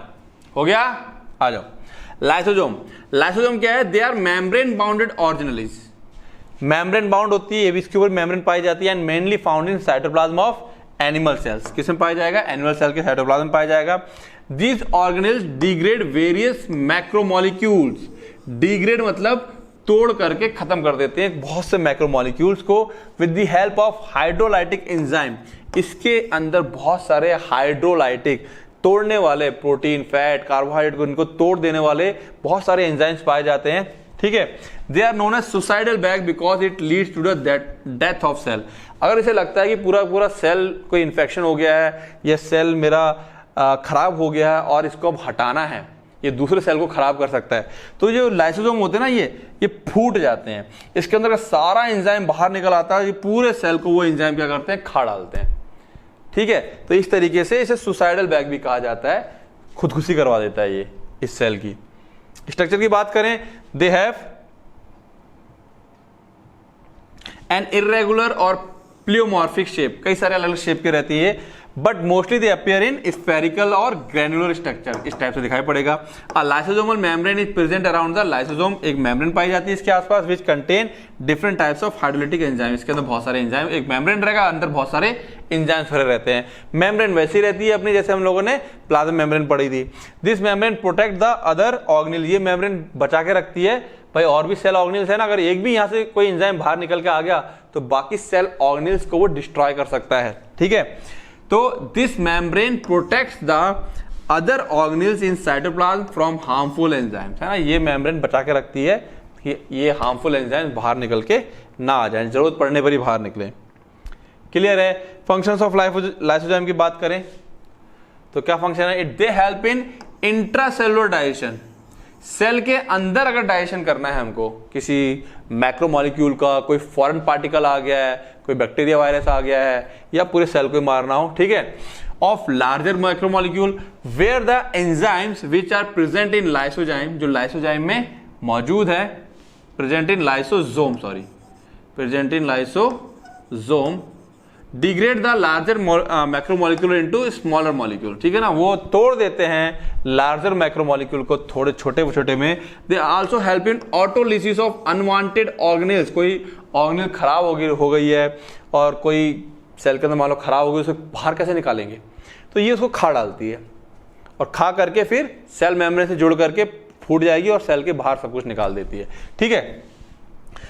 इस तरह से लाइसोसोम काम करता है। नेक्स्ट आता है अपने पास एंडोप्लाज्मिक रेटिकुलम, ठीक है।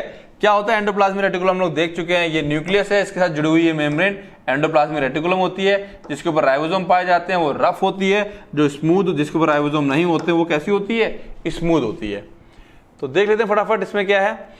The endoplasmic reticulum present in two form, दो रूप में पाई जाएगी। वन विद राइबोसोम, जो राइबोसोम जिसके ऊपर पाए जाते हैं उसको हम लोग रफ एंडोप्लाज्मिक रेटिकुलम कहते हैं, and another with smooth surface, जिसके ऊपर राइबोसोम नहीं होते हैं, उसको हम लोग स्मूथ एंडोप्लाज्मिक रेटिकुलम कहते हैं। रफ एंडोप्लाज्मिक रेटिकुलम RER और स्मूथ एंडोप्लाज्मिक रेटिकुलम SE और R, शॉर्ट फॉर्म है इसका ये, ठीक है ना।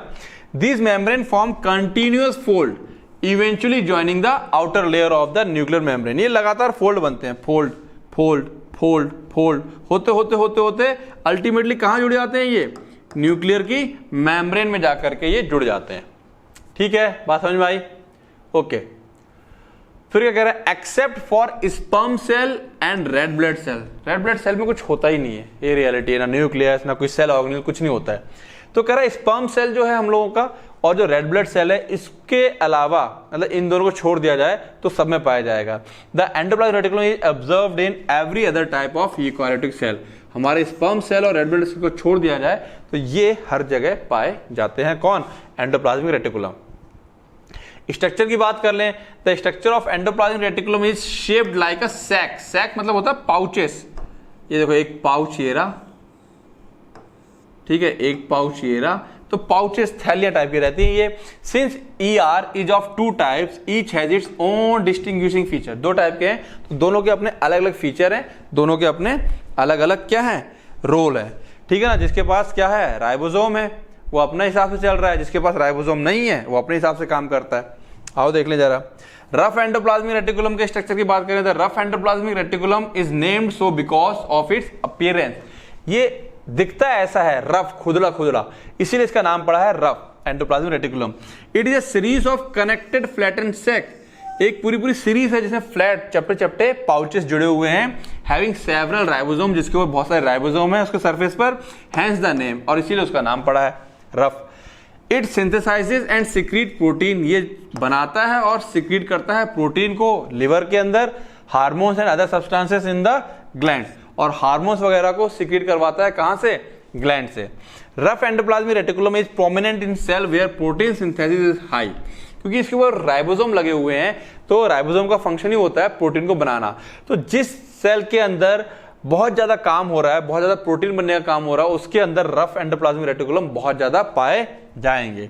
स्मूथ की बात करें तो smooth endoplasmic reticulum on the other hand does not have ribosome. इसके ऊपर राइबोसोम नहीं होते हैं। The smooth endoplasmic reticulum has a tubular form, है ना, ट्यूब के फॉर्म में है ये पतले पतले पाउचेस रूप में था, ये ट्यूब के रूप में है, ठीक है। It participate in the production of phospholipids, the chief lipids in the cell. इसका ये याद रखेंगे फंक्शन, इसका काम क्या है, फॉस्फोलिपिड को बनाने में हेल्प करता है, जो कि चीफ लिपिड है, सबसे मेन लिपिड है एक सेल के अंदर, ठीक है ना, मतलब क्योंकि मेम्ब्रेन बनाने में हेल्प करता है ये। And are essential in the process of metabolism, और मेटाबॉलिज्म में हेल्प करता है। Okay, smooth endoplasmic reticulum transports the product of rough ER to other cellular organelles, specially the Golgi body. अब देखो होता क्या है, तो मैं थोड़ा सिस्टम समझाता हूं। मैं लास्ट वाला पॉइंट जो बोल रहा है, ठीक है, यहाँ पे कोई चीज बनी, मान लो इसके यहाँ पे क्या बन रही है, प्रोटीन बन रही है, ठीक है, प्रोटीन बन रही है। प्रोटीन यहाँ से ट्रांसफर होकर कहाँ आती है, इसमें आ गई, यहाँ आ गई। यहां से ना फिर क्या होगा, ये अपना पाउच इस तरह से पिंच हो जाएगा, ये निकल जाएगा, ये आगे जाके क्या बन जाएगा, गोल्गी बॉडी बनेगा जाकर के, ठीक है। किसके पास पहुंचेगा लेकर के, गोल्गी बॉडी। तो यहां जो चीज बनी है स्मूथ से होती हुई कहां पहुंचेगी, गोल्गी बॉडी में। पूरा पूरा सिस्टम होता है, ये इंटरकनेक्टेड होते हैं ये, ठीक है ना, पूरा पूरा इंटरकनेक्टेड सिस्टम है, इसीलिए यहां पे बोल रहा है ये smooth endoplasmic reticulum transport the product of the rough endoplasmic reticulum. जो रफ एंडोप्लाज्मिक रेटिकुलम का प्रोडक्ट है, इसका जो प्रोडक्ट है उसको क्या कर रहा है, ये ट्रांसपोर्ट करवाएगा to other cellular organelles, specially the Golgi apparatus. किसके पास लेके जाता है, गोल्गी एपरेटस के पास लेके जाएगा। फंक्शन ऑफ एंडोप्लाज्मिक रेटिकुलम की बात कर लें अगर हम लोग, तो क्या बोल रहा है, स्मूथ का अलग है, रफ के अलग है। स्मूथ का क्या काम हो जाएगा, सिंथेसिस ऑफ एसेंशियल लिपिड, याद रखेंगे, और खासकर कौन सा होता है, फॉस्फोलिपिड्स एंड कोलेस्ट्रॉल। ये दो इसके याद रखेंगे, एसईआर के दो मेन फंक्शन है, लिपिड को बनाना, खासकर कौन सा, फॉस्फोलिपिड्स और कोलेस्ट्रॉल को। Smooth ER is also responsible for production and secretion of steroid hormone. Steroid hormone के प्रोडक्शन और सिक्रीशन में भी हेल्प करता है। It also responsible for metabolism of carbohydrate, carbohydrate के मेटाबॉलिज्म के लिए भी जिम्मेदार है। The smooth endoplasmic reticulum store and releases calcium ion, ठीक है, these are quite important for nervous system and muscle system. ये अभी हम कहां पढ़ेंगे, जब हम लोग मस्कुलर सिस्टम पढ़ेंगे, किस तरह से हमारी मसल्स कॉन्ट्रैक्ट करती हैं, तो वहां पे हम देखेंगे कि कैल्शियम आयन कहां से निकलते हैं, एंडोप्लाज्मिक रेटिकुलम से निकल के बाहर आते हैं, जो कि हमको मसल्स को कॉन्ट्रैक्ट करने में हेल्प करते हैं। अब रफ एंडोप्लाज्मिक रेटिकुलम, इसका मेन काम क्या, प्रोटीन के लिए होता है। तो majority of the function of rough endoplasmic reticulum associated with protein synthesis. इसका मेजर फंक्शन क्या है, प्रोटीन को सिंथेसिस करना। The rough endoplasmic reticulum also plays a vital role in protein folding, protein को फोल्ड करवाने में भी ये हेल्प करता है, ठीक है। प्रोटीन की फोल्डिंग से डिसाइड होता है उसका आगे नेचर क्या रहेगा। ऑल्सो इंश्योर्स क्वालिटी कंट्रोल, है ना, क्वालिटी कंट्रोल को सुनिश्चित करता है regarding the correct folding of protein, folding correct होनी चाहिए। The second most important function after protein synthesis and protein folding is protein sorting, protein को सॉर्ट आउट करना, किस प्रोटीन को क्या काम करना पड़ेगा उसको भी क्या कर रहा है, ये सॉर्ट आउट कर रहा है। तो ठीक है, मेन काम क्या रहेगा इसका, ये याद रखेंगे, प्रोटीन बनाने में ये हेल्प कर रहा है। अब राइबोसोम हम सबको पता है प्रोटीन फैक्ट्री होता है, राइबोसोम की हेल्प से ही क्या बनती है, प्रोटीन बनती है। ठीक है, ये कुछ राइबोसोम का स्ट्रक्चर है। ठीक है, राइबोसोम खुद किसका बना हुआ है, आरएनए का, राइबोसोमल आरएनए। ठीक है ना, राइबोसोमल आरएनए से मिल करके क्या बनते हैं, राइबोसोम बनते हैं। तो क्या कह रहा है राइबोसोम के बारे में, these are present in all living cells as free particles, free particles होते हैं या attach to the membranes of the endoplasmic reticulum. अभी हमने देखा था एंडोप्लाज्मिक रेटिकुलम के ऊपर भी चिपके हुए थे, या तो साइटोसोल में साइटोप्लाज्म फ्री पड़े रहेंगे या एंडोप्लाज्मिक रेटिकुलम से चिपके हुए रहेंगे। ठीक है, और एक एंडोप्लाज्मिक रेटिकुलम किसमें पाया जाता है, यूकारियोटिक सेल में पाया जाता है, तो उसी की बात कर रहा है ये। And function as the site of protein synthesis, यहां पे क्या बनती है, प्रोटीन बनती है। स्ट्रक्चर की बात कर लें तो इसके दो पार्ट होते हैं, जो लार्जर और एक क्या है, स्मॉलर। जो लार्जर होता है वो 60s होता है और स्मॉलर जो होता है 40s। अब यहाँ पे S जो है कोई मेजरमेंट की यूनिट नहीं होती है, ये सेडिमेंटेशन यूनिट होती है। ठीक है ना, और जब ये दोनों कंबाइंड हो जाते हैं तो जो कंबाइंड है ये कहलाता है कितना, 80s। अब तुम कहोगे 60 40 तो 100 होता है, 80 कैसे हो गया। मैं फिर कह रहा हूं ये नपाई नहीं है, ये सेडिमेंटेशन की कितनी देर में ये बैठ जाएंगे, सेडिमेंट हो जाएंगे, उसके हिसाब से होता है ये। ठीक है ना, एक प्रोसेस होता है, इनका टेक्निक होता है इनको नापने का। ठीक है, यहाँ पर हम लोग लेंथ नहीं नापते हैं, इसकी लेंथ नहीं नापी जा रही है यहाँ पर। ठीक है ना, सेडिमेंटेशन कि जैसे मान लो एक बोतल लो, उसके अंदर कुछ मिट्टी के कण डाल दो, हिला दो, फिर वो कितनी देर में बैठ जाते हैं, वो एक तरीका होता है इसको मेजर करने का। ठीक है, तो अलग अलग होंगे तो 60-40, छोटा वाला 40, बड़ा वाला 60s का, और कंबाइंड होते हैं तो ये 80s के कहलाते हैं। ठीक है ना, अब ये ध्यान रखो, ये तो हो गया नॉर्मल, जो माइटोकॉन्ड्रिया के अंदर राइबोसोम मिलेंगे। ठीक है, और ठीक है, माइटो जो उसके अंदर 60 ना होकर के ये क्या होता है, 50 होता है, और ये क्या होता है 30, तो 80 हो गया, और ये फिर क्या हो जाता है 70 हो जाता है, किसके अंदर, माइटोकॉन्ड्रिया के अंदर। तो ribosome consist of ribosomal RNA, किसका बना हुआ है, राइबोसोमल आरएनए का बना हुआ है, एंड राइबोसोमल प्रोटीन का बना हुआ है। These are arranged and formed two distinct subunit such as the small subunit and the large subunit. ये जो आरएनए, राइबोसोमल आरएनए और राइबोसोमल प्रोटीन अपने आप को अरेंज कर लेते हैं, एक छोटी यूनिट बनाते हैं और एक बड़ी यूनिट बनाते हैं। ठीक है, the eukaryotic cell contain 80s ribosome, उसके पास कौन सा होता है, 80s होता है, विद 40s स्मॉलर, 40s छोटा वाला, एंड 60s बड़ा वाला। द प्रोकारियोटिक सेल या प्रोकारियोटिक कह लो या माइटोकॉन्ड्रिया कह लो, contain 70s ribosome where it has the 50s larger subunit and 30s smaller subunit. तो यहाँ प्रोकारियोट की हमें जरूरत नहीं है, तो किसके पूछ सकता है, यहां लिख लेना माइटोकॉन्ड्रिया। ठीक है, फंक्शन ऑफ राइबोसोम, प्रोटीन ही बनाता है, ये प्रोटीन की फोल्डिंग भी करवा देगा। ये ribosome are the amino acid in the order designate the TRN. ठीक है, इसकी जरूरत नहीं है, एक ही बात है ये। ठीक है ना, इसको दो को याद रखो, प्रोटीन की फोल्डिंग और प्रोटीन सिंथेसिस। क्लियर है, आगे आते हैं माइक्रोट्यूब्यूल। अब समझो बात को, जो मैं बार बार शुरुआत से उस समय समझा रहा था तुम लोगों को। ये देखो, ये जो सेल है, देखो ये ऊपर की लेयर, ये नीचे की लेयर, ये माइटोकॉन्ड्रिया है। ठीक है, इसमें देखो ये देख रहे हो, ये हरे वाले पार्ट, ठीक है, ये वाले, फिर ये वाले निकले हुए हैं, 3 पार्ट होते हैं। इंटरमीडिएट फिलामेंट, ठीक है, ये हरे वाले, माइक्रोट्यूब्यूल जो ट्यूब्यूलिन के बने हुए हैं, ट्यूब्यूलिन प्रोटीन के। फिर एक आते हैं हमारे सबसे नीचे वाले माइक्रोफिलामेंट जो एक्टिन उसके बने हुए हैं। ठीक है ना, example of organelle, rough endoplasmic reticulum, ये क्या है, रफ एंडोप्लाज्मिक रेटिकुलम है ये। ठीक है ना, ये तीनों मिलकर के क्या बनाते हैं, द साइटोस्केलेटन। ये तीनों मिलकर के पूरे सेल को बांध के रखते हैं, अंदर के स्ट्रक्चर को कोई हिले डुले ना। तो बस आते हैं, देखते हैं फटाफट इसको।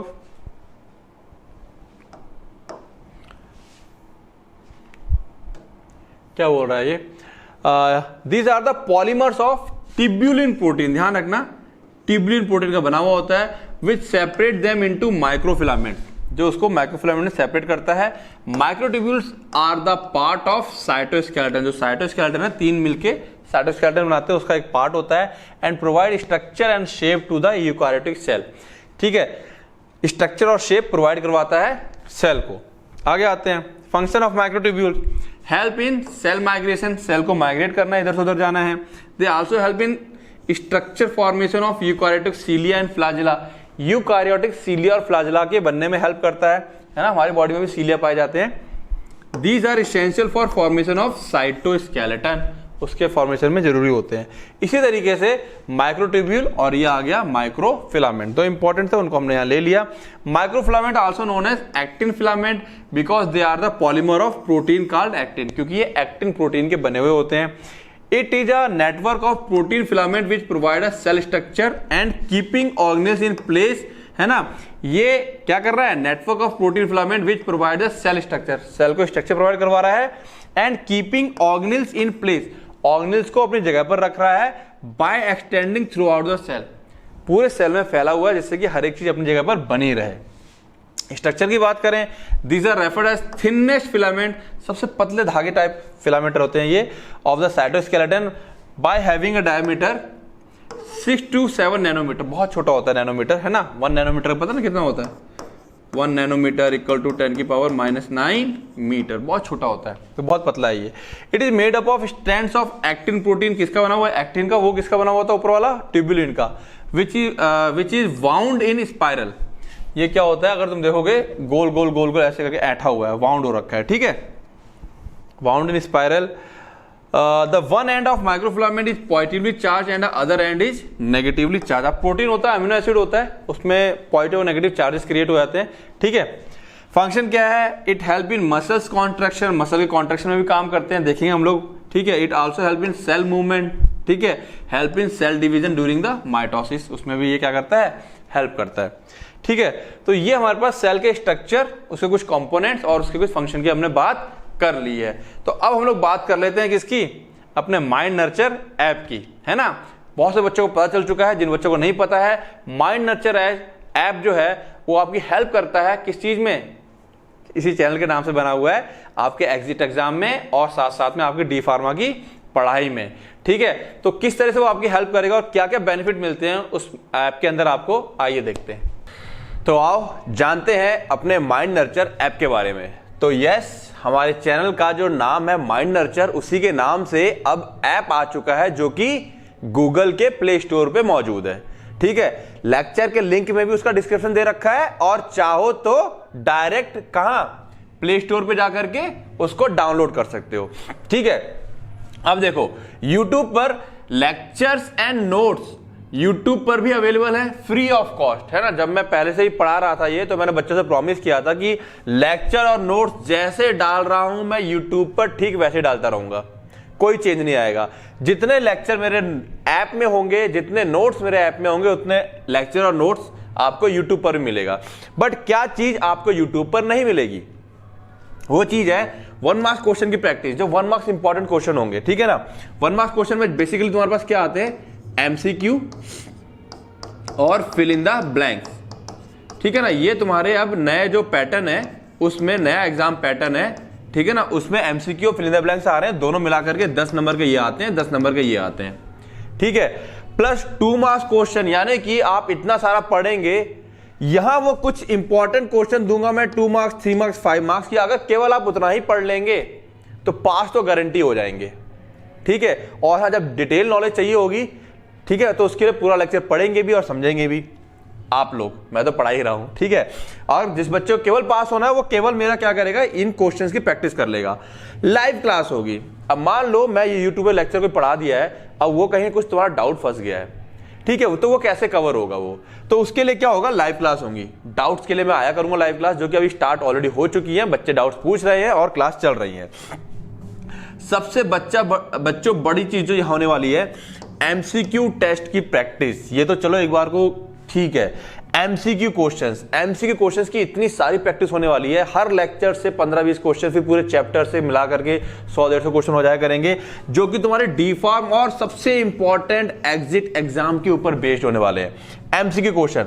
अब देखो, समस्या क्या है, ये एमसीक्यू क्वेश्चंस का टेस्ट हम लोग कहां नहीं ले सकते, यूट्यूब पर नहीं ले सकते। अब यूट्यूब पे क्या होगा मैं बताता हूं। ऐसे में चल रहा हूं, क्वेश्चन लिखा होगा, 4 ऑप्शन लिखे होगा, मैं बोलूंगा बच्चों ये क्वेश्चन है, ये 4 ऑप्शन है, इसका आंसर ये है। मजा नहीं आएगा ऐसे, ठीक है ना। मजा कैसे आएगा, क्वेश्चन सामने होगा, तुम पढ़ोगे और तुम आंसर क्लिक करोगे, पढ़ करके सोच करके, वो मजा आएगा, उससे प्रैक्टिस होती है असली, ठीक है ना। तो ये सबसे बड़ा पार्ट आपको मिलने वाला है। फिल इन द ब्लैंक्स के बारे में बात कर ही चुका हूं। Routine test for D pharm and exit exam, only 40% marks चाहिए, सबको पता है। 100 में से सबको कितना चाहिए, 40 नंबर में पास हो जाओगे, ठीक है ना। तो रूटीन टेस्ट का क्या मतलब है, मान लो चैप्टर 1 किसी सब्जेक्ट का खत्म हुआ, उसका टेस्ट हो जाएगा, फिर चैप्टर 2 खत्म हुआ, उसका टेस्ट हो जाएगा, फिर कंबाइंड टेस्ट होगा एक किसका, chapter number 1 plus chapter number 2 का, फिर चैप्टर 3 मान लो खत्म हो गया, फिर उसके बाद एक कंबाइंड टेस्ट होगा 1 + 2 + 3, इस तरह से चलता रहेगा। एक टाइम वो आएगा 1 + 2 + 3, मान लो 13 चैप्टर है तो कंबाइंड टेस्ट हो रहे हैं। ये जो टेस्ट अगर बच्चा कोई मन से देता है, बहुत अच्छे मन से, तो मोर देन 95% उसका कहीं नहीं गया। और अगर बेमन से भी दे रहा है 20-30% तैयारी करके भी, तो 40% यानी कि 40 नंबर लाना, फिर उसके लिए फाइनल एग्जाम में बहुत आसान हो जाएगा। और सबसे बड़ी बात बेटा, जो पढ़ाई होगी ना हमारा इस एग्जाम को टारगेट करके होगी, ठीक है ना। जो सब्जेक्ट तुम्हारे एग्जिट एग्जाम में आएंगे उसको टारगेट करके पढ़ाई होगी, यानी कि जब थ्योरी पढ़ोगे या क्वेश्चन अच्छे से कर ले जाओगे तो एमसीक्यू तो बहुत आराम से कर ले जाओगे, और एमसीक्यू जब बहुत आराम से कर ले जाओगे तो एग्जिट एग्जाम बहुत आराम से क्लियर कर ले जाओगे। बात समझ में आ रही है। और फीस बिल्कुल मिनिमल है, 1100 रुपए पूरे साल के लिए सभी सब्जेक्ट्स की। फर्स्ट ईयर पूरा साल सभी सब्जेक्ट 1100 रुपए, सेकेंड ईयर पूरा साल सभी सब्जेक्ट फिर से 1100 रुपए, यानी कि एक साल की फीस आपकी 1100 रुपए पड़ रही है। इस फीस को अगर आप अपनी कॉलेज फीस से कंपेयर करोगे तो ना के बराबर है। महीने का तुम्हारा 92 रुपए समथिंग पड़ता है जाकर के। इससे सस्ता, चीप और बेस्ट चीज आपको नहीं मिलने वाली है। उसके बाद भी अगर कोई क्वेरी है, कोई चीज समझ में नहीं आ रही है ऐप को लेकर के, ठीक है, या कुछ बच्चों को यह दिक्कत है, नोट्स का लिंक जो डिस्क्रिप्शन में दिया रहता है लेक्चर के, यूट्यूब के सभी लेक्चर, मेरा कोई लेक्चर ऐसा यूट्यूब पे नहीं है जिसमें मैंने नोट्स नहीं दिया है, ठीक है। जिन बच्चों को नहीं पता, डिस्क्रिप्शन से निकालना नहीं आता है, मुझे कॉल कर ले या किसी अपने दोस्तों से पूछ लें, ठीक है। उसके बाद भी कोई दिक्कत है तो बेझिझक बिना हिचकिचाए मुझे कॉल करें, डाउट क्लियर करें इस चीज को लेकर के, सर कैसे क्या है, ठीक है, मैं तुम लोगों को वो चीज बता दूंगा। क्लियर है, बात समझ में आ गई। और सबसे बड़ी चीज, ये सब करने के लिए क्या करना पड़ेगा, यस, रिवीजन। बिना रिवीजन के आप ये सारी चीजें नहीं कर पाओगे, यानी कि पढ़ना पड़ेगा, है ना। तो रिवीजन जरूर जरूर जरूर करना। मैं हमेशा कहता हूं रिवीजन ही है सिलेक्शन। रिवीजन करोगे तो लाइफ में हर एक चीज में अचीव पालोगे, हर एक चीज आपको अचीव हो जाएगी, ठीक है ना। तो क्या करते रहो, रिवाइज करते रहो और पढ़ते रहो। All the best.